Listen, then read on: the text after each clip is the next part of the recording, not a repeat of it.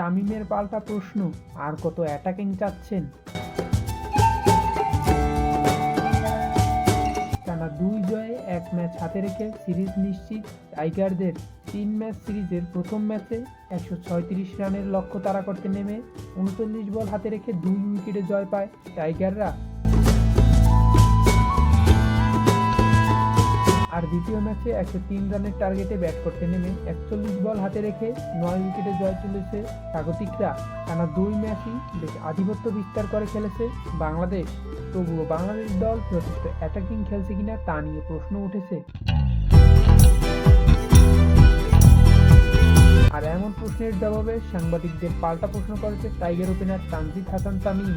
এই tiger opener বলেন, আমরা তো অ্যাটাকিং ক্রিকেট খেলছি, আর কত অ্যাটাকিং চাচ্ছেন? তিনি আরও বলেন, পুরো দলকে স্বাধীনতা দেওয়া হয়েছে, যে যার মতো খেলতে পারবে।